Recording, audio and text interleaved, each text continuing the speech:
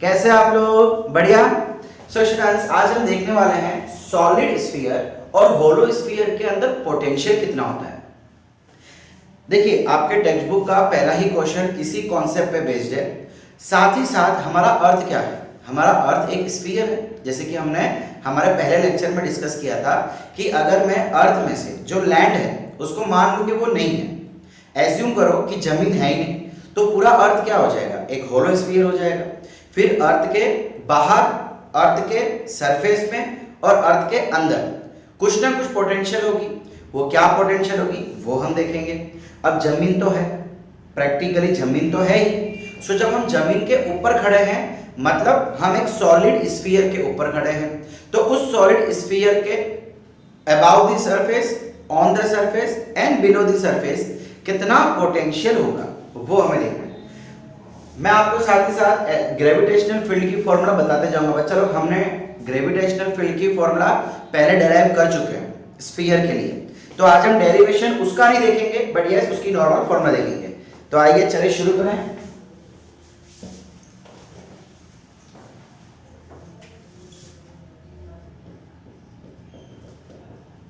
Gravitational potential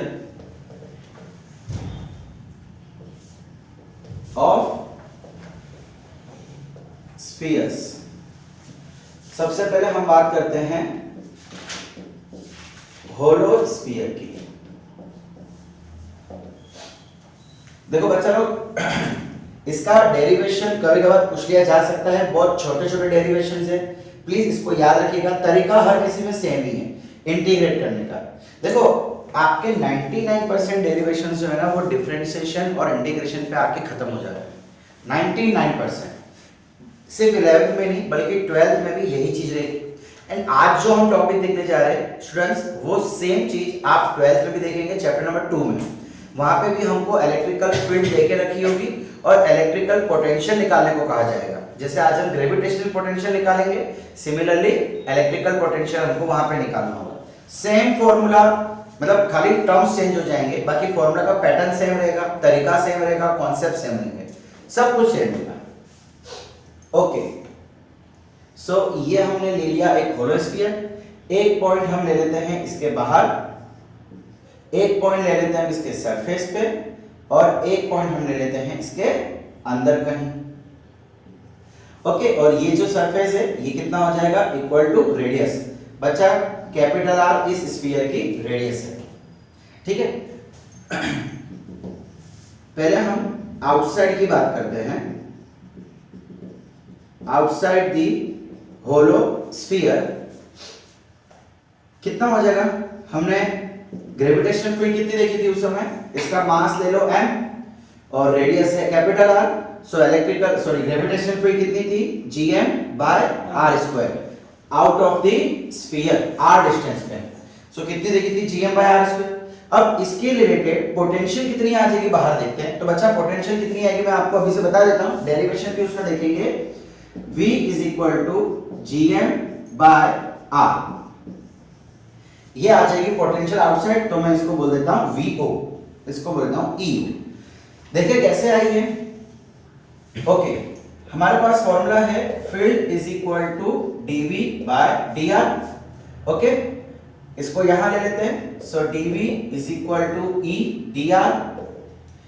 हमें total potential चाहिए तो इंटीग्रेट कर लेते हैं। अच्छा, इंटीग्रेट कहां से करेंगे? बच्चा, इंटीग्रेशन के लिए हमें कोई लिमिट चाहिए होगी यहाँ पे। तो क्या करें लिमिट के लिए? मान लेते हैं, एज्यूम कर लेते हैं कि कोई किसी मास को हम इंफिनिटी से उठा के हम यहां पे ला रहे हैं। इसको मैं बोलता हूं चलो पॉइंट P, ठीक है। इस पॉइंट को मैंने क्या बोल दिया? P। सो जब भी पोटेंशियल निकालनी होती है तो हम क्या मान लेते हैं? एक पॉइंट को इंफिनिटी पे ले लेते हैं और वहां से एक मास उठा के इस पॉइंट पे लाएंगे। सो इंटीग्रेशन कहां से कहां हो जाएगा? इस सेंटर से ये डिस्टेंस इंफिनिटी और इस सेंटर से P का डिस्टेंस R। समझ आया क्या किया हमने? इंटीग्रेशन के लिए हमें एक रेंज चाहिए होती है, आपको प्लस करना है। इंटीग्रेशन मतलब क्या? प्लस। कहां से कहां प्लस करना है? सो इस सेंटर से एक पॉइंट हमने बहुत दूर ले लिया। सो इंफिनिटी से लेके ये पॉइंट तक, अब ये पॉइंट का डिस्टेंस कितना है सेंटर से? R। सो हमने लिमिट कौन सी ले ली? इंफिनिटी से स्मॉल आर। चलिए E की value G M by R square D R infinity से आर, जी एम यहाँ पे कांस्टेंट इंफिनिटी से आर, क्या बचा 1 by R square into D R. बच्चा 1 बाय आर स्क्वायर को क्या मैं R raise to minus two लिख सकता हूँ, है कि नहीं। अब इसका इंटीग्रेशन की फॉर्मूला हमने लास्ट लेक्चर में डिस्कस की थी, क्या होता है integration x raise to n dx करना, तो फॉर्मूला क्या है x raise to n plus 1 upon n plus 1, याद आया। तो फॉर्मूला यहां लगा दो G M R minus 2 plus 1 minus 1 upon minus 1, समझ आया। n की जगह पे माइनस 2 ले लो, सो माइनस 2 प्लस 1 माइनस 1, नीचे भी माइनस 1, कहां से कहां तक इंफिनिटी से r तक। क्या हम इसको ऐसे लिख सकते हैं माइनस 1 बाय आर, देखो ये माइनस इधर ले लिया और ये r माइनस 1 को हमने नीचे ले लिया, ठीक है। इंफिनिटी से r, ये जो माइनस है इसको हम बाहर लिख लेते हैं, अंदर वाले माइनस को सिंपली बाहर लिख लिया। अब upper limit minus lower limit, minus gm 1 by R minus 1 by infinity. बच्चा 1 बाय इंफिनिटी क्या होता है, 1 बाय इंफिनिटी होता है हमेशा 0, सो यहां से आंसर क्या आ गया minus gm by r। Clear. So वही चीज आ गई, आप खाली चाहो तो आगे माइनस लगा सकते हैं, माइनस gm बाय r। समझ आ रहा है। आई थिंक इसकी फॉर्मूला भी यही थी, सो डिस्टेंस भी ये हो जाएगा। अब अच्छा अगर मैं ऑन द सरफेस की बात करूं, same derivation same to same, खाली स्मॉल r की जगह पे कैपिटल R आ जाएगा बस, और कुछ नहीं, सेम टू सेम डेरिवेशन रहेगा। सो v सरफेस, सरफेस पे कितना आ जाएगा minus gm by capital R, और सरफेस पे फील्ड कितनी होती है gm by capital R square minus. समझ आ रहा है चलो।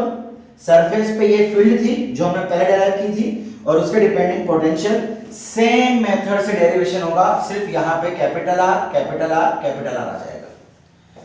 क्लियर, और कोई चेंजेस नहीं होगा। तो ये कहानी थी आउटसाइड की एंड ऑन द सरफेस की।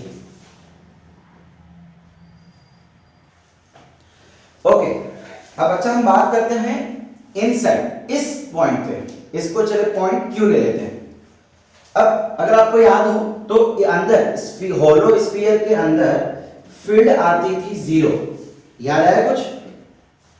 Outside on the surface and inside, inside field 0 होती थी, भूल गए बच्चा। अगर कोई भी पॉइंट होंगे सो एक फील्ड इस तरफ होगी, एक फील्ड इस तरफ होगी, एक डीएम यहां एक डीएम यहां, सो ये दोनों एक दूसरे को अपोज करेगी, डिस्टेंस है मास है, वैसे ही एक डीएम यहां एक डीएम यहां एक दूसरे को कैंसिल कर देगा। इसका मतलब स्फीयर, होलो स्फीयर के अंदर किसी भी पॉइंट पे फील्ड हमेशा 0 रहती थी। सो क्या पोटेंशियल भी 0 आएगा, नहीं। अब जरा ध्यान से देखो, पहले हम बात करते हैं कॉन्सेप्चुअली। देखो बच्चा, हमको फॉर्मूला है field is equal to dv by dr। Inside field कितनी होती है 0, तो क्या हम ऐसा कह सकते हैं 0 is equal to dv by dr। अच्छा, dv बाय dr का मतलब क्या होता है फिजिक्स के अंदर, इसका मतलब क्या होता है rate of change of potential, rate of change of potential with respect to distance. Distance के कंपैरिजन में पोटेंशियल कितना तेजी से चेंज हो रहा है, कितना तेजी से चेंज हो रहा है 0, मतलब वो चेंज हो ही नहीं रहा।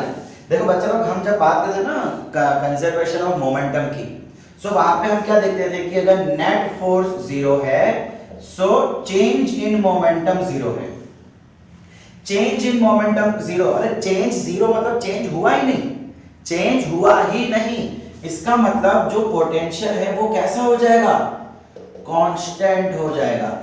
कांस्टेंट, लेकिन कौन सी वैल्यू, तो जो सरफेस से वैल्यू चली आ रही है, आई रिपीट, जो वैल्यू सरफेस से चली आ रही है वही वैल्यू यहां पे रहेगी, g minus G M by capital R। समझ आ रहा है मैं क्या बोल रहा हूं, क्यों ऐसा होगा।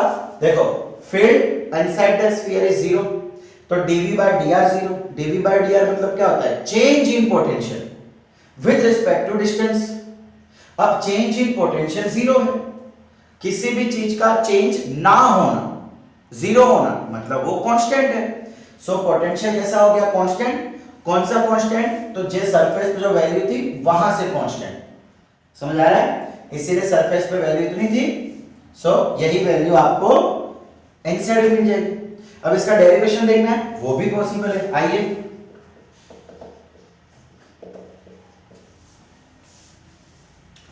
क्या करेंगे, वही dv is equal to EdR, इसको हम यहां ले गए, इंटीग्रेट कर दो।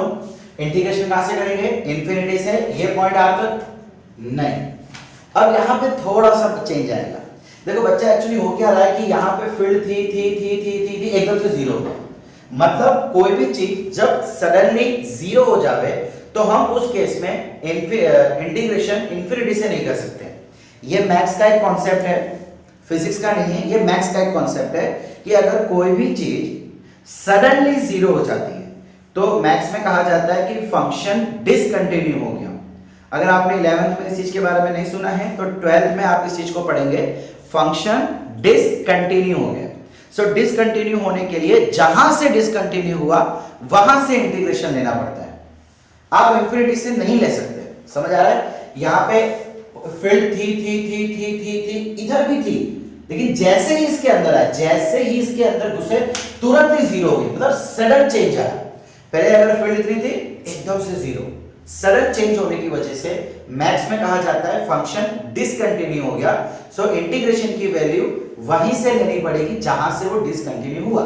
मतलब अब हम लेंगे उसको सरफेस से, सरफेस पे डिस्टेंस r, वहां से स्मॉल r तक, सरफेस पे डिस्टेंस कितना है, कैपिटल R, वहां से यहां तक ये डिस्टेंस कितना है, small r।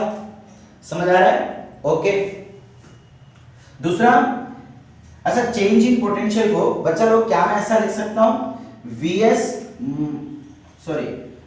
VR minus VS। VR मतलब ये पोटेंशियल माइनस सरफेस वाला पोटेंशियल। वही हमने देखा है ना कि हमें यहां से यहां तक लेना है, तो पोटेंशियल में फाइनल माइनस इनिशियल। सो ये मेरा फाइनल है और ये मेरा इनिशियल है। So final minus initial, initial मतलब सरफेस वाला, इज इक्वल टू, बच्चा फील्ड तो जीरो है ना, फील्ड जीरो है, सो जीरो का इंटीग्रेशन भी जीरो आ जाएगा। यस और नो, इसको वहां ले जाओ। So VR is equal to VS, VR equal to minus GM by R। दोनों की वैल्यू सेम आ गई, यानी कि VS कितना था, माइनस GM बाय R। देखो ये कॉन्सेप्चुअल तरीका है, अगर एग्जाम में ये भी कर दो गलत नहीं, ये एकदम सही रहेगा। यही डेरिवेटिव तरीका, जो आपको इजी लगे वो आप उसको याद रख सकते हो। क्लियर? तो अगर इसका ग्राफ ड्रॉ करना हो हमें पोटेंशियल वर्सेस डिस्टेंस का फॉर होलो स्फीयर, तो एक चीज याद रखना कि सबसे पहले ग्राफ जो है वो नेगेटिव साइड में ड्रॉ होगा, बिकॉज पोटेंशियल क्या है, नेगेटिव है। हम यहाँ पे एक स्फीयर ड्रॉ कर लेते हैं, ओके। ये हो जाएगा radius, sorry this will be radius. अच्छा, इसके अंदर इनसाइड पोटेंशियल इतनी थी GM by R and surface में भी इतनी थी। सो चलिए मैं ये बोलता हूं कि ये है GM by R minus GM by R। ये पोटेंशियल अंदर से लेके सरफेस तक कांस्टेंट है ना, देखो ये अंदर और वहां से सरफेस तक कांस्टेंट है। सो ये आ गया मेरा इतना ग्राफ। फिर उसके बाद क्या हो रहा है, आउटसाइड, आउटसाइड क्या हो रहा है, देखो पोटेंशियल जो है वो R को इनवर्सली प्रोपोर्शनल है, potential is inversely proportional to R, मतलब जैसे जैसे डिस्टेंस बढ़ता जाएगा वैसे वैसे पोटेंशियल गिरता जाएगा। तो इसका मतलब ये ऐसा ग्राफ कुछ आ जाएगा, ये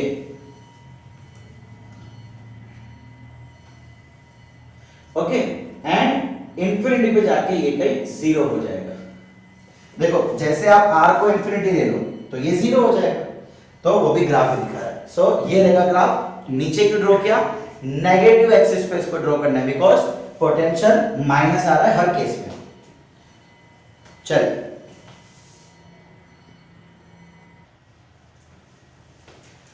ओके, अब हम देख लेते हैं सॉलिड स्फीयर के केस में कितना पोटेंशियल मिलेगा।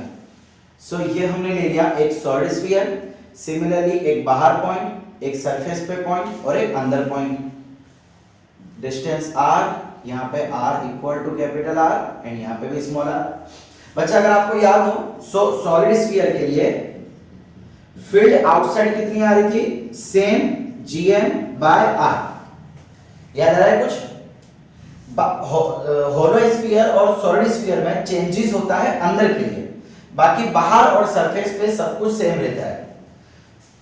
सो सरफेस पे कितना था, gm/R।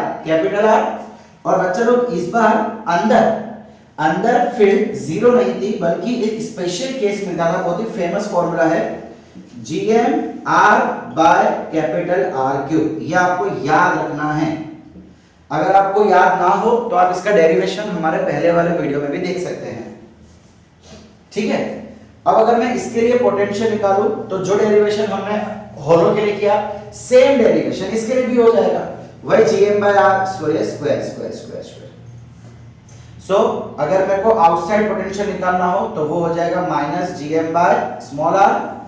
सरफेस पे निकालना हो सो -gm/R। जो केस जो डेरिवेशन होलो स्फीयर में था वही चीज यहाँ पे भी हो जाएगी, किसके लिए, आउटसाइड और सरफेस के लिए। अब बारी किसकी आई, इनसाइड की। चलिए इनसाइड के हम देख लेते हैं। So dlv is equal to EdR integration. अब कहां से कहां तक इंटीग्रेशन करें इसका, देखो जैसे कि हमने पहले देखा था, इंटीग्रेशन कहां से कहां तक करना है, कैपिटल R से स्मॉल r। बच्चा वही कहानी कि यहाँ पे भी फंक्शन डिसकंटिन्यू हो जाएगा। सो आप डायरेक्टली इंफिनिटी से यहाँ तक का इंटीग्रेशन नहीं कर सकते। हाँ यहाँ जीरो नहीं हो रहा, बिल्कुल सही है, जीरो नहीं हो रहा, लेकिन ड्रास्टिक चेंज आता है। आप जब उसकी वैल्यू कैलकुलेट करना सरफेस पे और अंदर, तो देखो जब तक सरफेस पे था तब तक inversely proportional to the distance था। देखो आउटसाइड जितना डिस्टेंस बढ़ता जाएगा उतनी पोटेंशियल कम होती जाएगी, लेकिन इनसाइड उल्टा है, जितना डिस्टेंस बढ़ता जाएगा, जितना डिस्टेंस बढ़ता जाएगा उतनी फील्ड बढ़ती जाएगी, मतलब चेंज आ गया। पहले कम हो रहा था, अब बढ़ रहा है। सो सडन चेंज हुआ, तो ये सडन चेंज होने के कारण यहाँ पे भी फंक्शन डिसकंटिन्यू होगा, इसलिए यहाँ पे भी इंटीग्रेशन हम कहां से कहां तक करेंगे, सरफेस से लेके यहां तक। समझ आ रहा है? सरफेस तक का डिस्टेंस कैपिटल R, यहां तक का डिस्टेंस स्मॉल r। और ये क्या लिख सकते हैं इसको हम, VR minus VS, change in potential. तो final minus initial, final minus initial. Clear? ठीक है, ये R से R, E कितना है इस बार, gm/R/r³।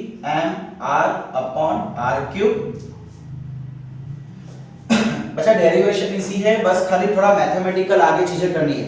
देखो स्टूडेंट्स, फिजिक्स यहाँ पे खत्म हो गया, यहाँ पे पूरा मैथ्स शुरू हो रहा है। So VR minus VS is equal to G constant, M constant, R³। Capital R तो रेडियस है, वो तो कांस्टेंट है। चेंज क्या होगा, अलग अलग पॉइंट के लिए स्मॉल r चेंज होगा।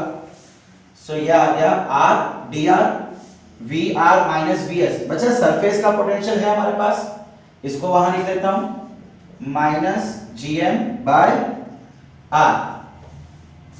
समझ आया क्या किया हमने, सरफेस का पोटेंशियल अवेलेबल था, उसको लगा दिया वहां पे, gm/r³, कैपिटल R से स्मॉल r। R dr का integration x n+1 upon n+1। सो ये क्या हो जाएगा, R 1 था, 1 + 1 2, नीचे भी 2, कहां से कहां तक, कैपिटल R से स्मॉल r। बोलो सही है यहां तक। Integration x raise to power में n+1, पावर +1, पावर कितनी है 1, सो 1 + 1 2। सो ये हो जाएगा VR minus minus plus gm/r is equal to sorry बच्चा यहाँ पे कैपिटल आ रहा है, कैपिटल आ रहा है, r³ upper limit r²/2 minus lower limit. पूरा क्लियर है? ओके, अब इसको उठा के वहां ले जाते हैं, हमें तो VR चाहिए ना, ये वाला पोटेंशियल चाहिए, इसको वहां ले जाते हैं। So VR is equal to gm/r³ r²/2 minus capital R²/2, ये वहां जाएगा तो माइनस gm/r। क्लियर? अब अच्छा मुझे क्या करना है, gm बाय आर क्यूब को बाहर लेकर आना है, कॉमन निकालना है। प्रॉब्लम है कि यहाँ पे आर क्यूब नहीं है, इधर सिर्फ आर है, तो यहाँ पे आर क्यूब बनाना है। अब आर क्यूब बनाने के लिए क्या करना पड़ेगा, आर स्क्वायर मल्टीप्लाई डिवाइड करना पड़ेगा। सो चलिए कर देते हैं, ये आर स्क्वायर ऊपर और नीचे आर क्यूब। समझ आया क्या किया मैंने, आर क्यूब मुझे चाहिए था लेकिन वहां पे था सिर्फ आर, तो मैंने आर स्क्वायर ऊपर नीचे मल्टीप्लाई डिवाइड कर दिया। अब gm by R cube common ले लेते हैं, gm by R cube common. And सबसे बड़ा ट्विस्ट बेटा, मैं यहाँ पे माइनस भी बाहर ले रहा हूँ। क्यों माइनस बाहर ले रहा हूँ, बिकॉज अभी तक जितना भी पोटेंशियल ढूंढा उन सब में माइनस था। सो यहाँ भी माइनस बाहर रह गए, इसीलिए हम इस माइनस को भी बाहर ले लेते हैं। अब इस टर्म में से माइनस बाहर लेने से साइन चेंज हो जाती है। अच्छा ये टर्म में बचा क्या, ये निकल गया, ये बचा, लेकिन दोनों की साइन चेंज, क्यों, बिकॉज हमने माइनस कॉमन ले लिया। सो मैं क्या इसको ऐसे लिख सकता हूं, R square by 2 minus small R square by 2। समझ आया, इसको तो कॉमन ले लिया, ये तो बाहर निकल गया, लेकिन माइनस लेने के कारण दोनों की साइन चेंज, ये हो जाएगा प्लस, ये हो जाएगा माइनस। अब इसमें से भी ये कॉमन बचा गया, आर स्क्वायर माइनस था तो अब प्लस, ये कॉमन निकल गया, gm बाय आर क्यूब, बचा क्या R square, minus R square था, माइनस कॉमन लिया तो माइनस का प्लस, हर किसी की साइन चेंज कर देंगे। बस सॉल्व कर लो इसको, कहां लिखूं, बच्चा यहां लिख लूं, चलो यहां कर लेता हूं, ठीक है। क्या बचेगा यहाँ पे, V R is equal to minus gm by R cube. ये क्या हो जाएगा, देखो R square by 2 plus R square by 2 plus R square, LCM इधर 2 plus 1 3 by 2 R square, 3 by 2 R square minus R square by 2, small R square by 2। So बच्चा लोग ये आ गया हमारा फाइनल आंसर। तो इनसाइड पोटेंशियल कितनी हो जाएगी, minus gm by R cube 3 by 2 R square minus 1 by 2 small R square. This will be the formula of potential inside the solid sphere. Inside the solid sphere. अब चलो ये derivation कई बार exam में पूछा जाता है एंड न्यूमेरिकल्स भी इसके बेसिस पे पूछे जाते हैं। देखो न्यूमेरिकल्स पूछे जाएंगे तो बेटा वो तो हलवा होंगे, क्यों, आपको मास की वैल्यू दे दी होगी, रेडियस पता चल गया होगा, स्मॉल आर का डिस्टेंस दे दिया होगा at 7 centimetre from the centre and radius is 10 centimetre. So capital R की वैल्यू दे दी, मास की वैल्यू दे दी जाएगी, कैपिटल जी तो वैसे ही कांस्टेंट होता है, स्मॉल आर की वैल्यू आपको दे दी 7 सेंटीमीटर। करना क्या है, वैल्यू लगानी, आंसर फाइंड करना है। सो न्यूमेरिकल्स इसके बहुत आसान होंगे, पपलू होंगे, बट डेरिवेशन जो है ये वाला थोड़ा टिपिकल भी क्यों हुआ, कॉमन निकालने में थोड़ा बेसिक मैथमेटिक्स यूज करना है और कुछ नहीं। ओके ओके बच्चा, अब एक क्वेश्चन अगर मैं आपसे पूछ लूं, what will be the potential, obviously gravitational potential, what would be the gravitational potential at a center of solid sphere। इसको हम नाम दे देते हैं VC, ठीक है, potential at centre of solid sphere. वैसे सॉलिड स्फीयर का सेंटर कहां होता है, स्फीयर के अंदर। चलिए स्फीयर के अंदर पोटेंशियल की फॉर्मूला कितनी होती है, V इनसाइड, पोटेंशियल कितना है, minus gm by capital R cube 3 by 2 capital R square minus 1 by 2 small r square. Clear. अब हमको सेंटर पे बोला है, बच्चा जरा ध्यान से देखो, ये पॉइंट को अगर मैं सेंटर पे लेके जाऊं तो क्या मेरा r 0 हो जाएगा, स्मॉल r, अरे सेंटर पे स्मॉल r 0 हो जाएगा, सीधी सी बात है। At centre small r is equal to 0, यहां पे 0 रख दो, इसको सिंपलीफाई करो। सो VC, अब मैं VI की जगह पे VC नाम दे देता हूं, minus gm by r cube 3 by 2 r square, है ना, ये तो पूरा टर्म ही 0 हो गया। अब यहां से ये कट ये कट, क्या बचा -3/2 GM/R। बोलो सही है। अच्छा बच्चा ध्यान से सुनो, GM/R क्या है, कितना है, तो सरफेस है। -GM/R ये तो सरफेस का पोटेंशियल हो गया। क्या मैं इसको ऐसा लिख सकता हूं, centre is equal to -3/2, sorry minus नहीं, VS है ना, -GM/R, इसके बदले हमने क्या लिख दिया, VS लिख दिया, सरफेस पोटेंशियल। इसका मतलब यहां से एक इंपॉर्टेंट चीज पता चली कि सेंटर पे पोटेंशियल ज्यादा है। देखो ना, सरफेस के कंपैरिजन में सेंटर पे पोटेंशियल ज्यादा है। 3/2 मतलब कितना होता है, 1.5 टर्म्स।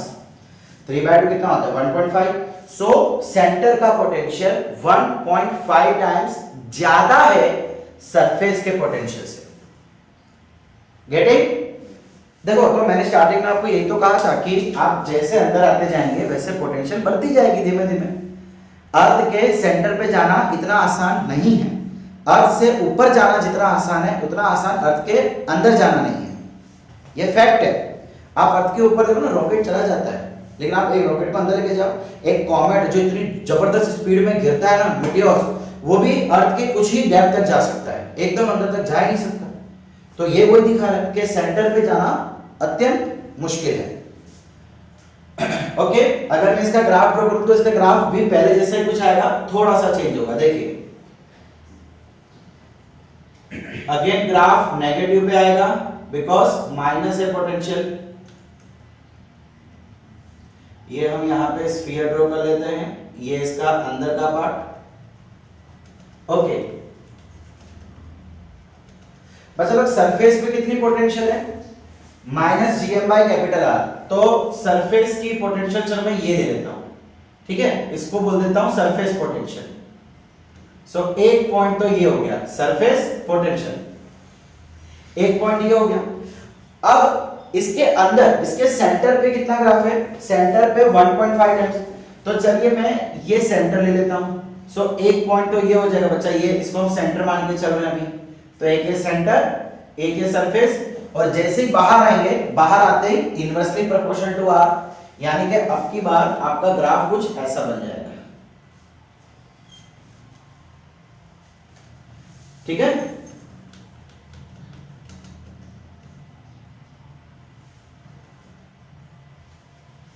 ये पहले एक समय तक पोटेंशियल बढ़ रहा था, फिर घटने लगा एंड फिर 0, ये जा रहा है इंफिनिटी की तरफ। सो ये ग्राफ हो जाएगा फॉर सॉलिड स्फीयर के लिए, V versus R for solid sphere. Clear दिख रहा है? हाँ एकदम क्लियर दिख रहा है, बढ़िया है।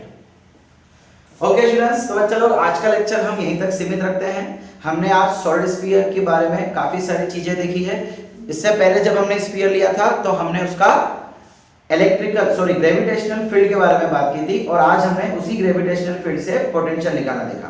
अब बच्चा अगली बार का लेक्चर काफी जरूरी होगा, बिकॉज अगली बार हम पढ़ने वाले हैं पोटेंशियल एनर्जी।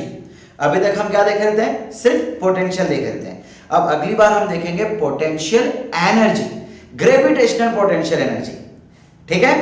और इसके डिपेंडेंट काफी सारे क्वेश्चंस आपके स्कूल के एग्जाम में भी आ सकते हैं, साथ ही साथ JEE या नीट भी वो इंपॉर्टेंट टॉपिक रहेगा। सो अगली बार का लेक्चर मिस नहीं करना है, और तब तक पढ़ते रहिए, एंजॉय करते रहिए। Thank you.